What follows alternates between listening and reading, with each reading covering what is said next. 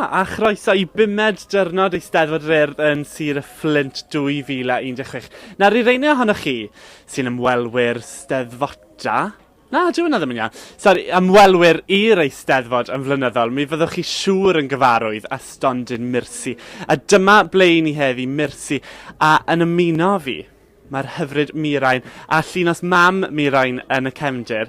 A fi'n gwybod wedes I ddoe bod ni wedi ffindo un o fashionistas go'r ar Steddfod, ond fi'n meddwl bod ni wedi bwrw hwnna mas o'r parc ddoe, achos sgwlwch ar be mae'r ddwy yma yn gwisgo heddi. Mirain, ti'n edrych yn fabulous. Nes ti'n feddwl am beth o ti'n mynd I wisgo heddi? Wel, dwi wedi paratoi cyn os dwytha, achos ni'n dod â suitcase, a bod ni'n gwybod bob dydd fydd yn mynd I wisgo mwyn I ni gael codi gwerthiant y stondin. Fi'n useless, achos fi wedi just pack o wardrobe cyfan fi. Fi byth yn gallu plano be yn union fi'n mynd I wisgo.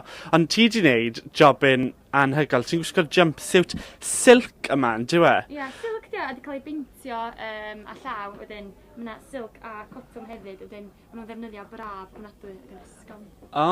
Lyfli. Ond, ti'n meddwl, yn y tywydd braf yma, gyda silk, yn aml mae rhaid ni fod yn ofalus, bod dim chwys yn mynd arno fe. A dyw hwnna wedi bod yn broblem wythnos hyn, ti'n meddwl? Na, dwi'n cael cawod bob dydd ac yn defnyddio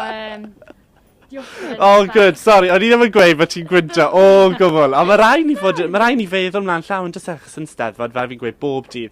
Lle fe fod wir a prawn me? Alla unrhyw beth ddigwydd ar faes y Steddfod. Dyna ti rownd, llunos, cor trousers yma.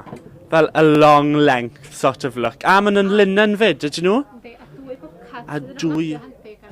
Reit, nilon ym mhocad reit aml, wedyn. Maen nhw'n ofnadwy o gyffyrddus. Unig beth ydy bod nhw'n chydig bach yn hir.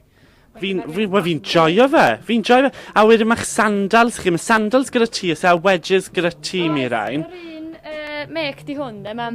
A mae'n ledar yr Eidal lle. Mae'n cael ei gwneud cwmni o America, dyn nhw. Mae'n dro cyntaf I ni defnyddio'r cwmni yma, tymor yma, rha yma lle mewn ffordd. Wow, so mae siop Mursi, jyst mwyn I bobl cael gwybod adre, dych chi'n based yn Pwllheli, eich siop chi ydi o, a chi'n prynu dillad mewn wedyn ni, a ble chi'n cael y dillad mo, ble chi'n sgawto y byd I gael y dillad anhygoel yma? Wel, da ni'n mynd I Baris dwywaith y flwyddyn, wedi sioe ffasiwn, da ni'n mynd I sioe ffasiwn Tramâu, a wedyn mae yna ardaloedd ym Mharis le mae rai yn benodol, lle mae yna dylunwyr ar dros byd yn dod, yn benna dylunwyr o'r Eidal yn dod I pop-up shops le, a wedyn da ni'n mynd I fanno, da ni'n cael traffaeth cau y pwrs, achos mae yna gymaint o bethau. Mae'n orfod o ddewis, wedyn da ni wastad yn chwilio am gwmnïau newydd, wedyn mae'n mynd yn fwy ac yn fwy wedyn. Wel, fi wedi bod yn siarad gyda'r ddwy yma bore yma ynglyn â dillad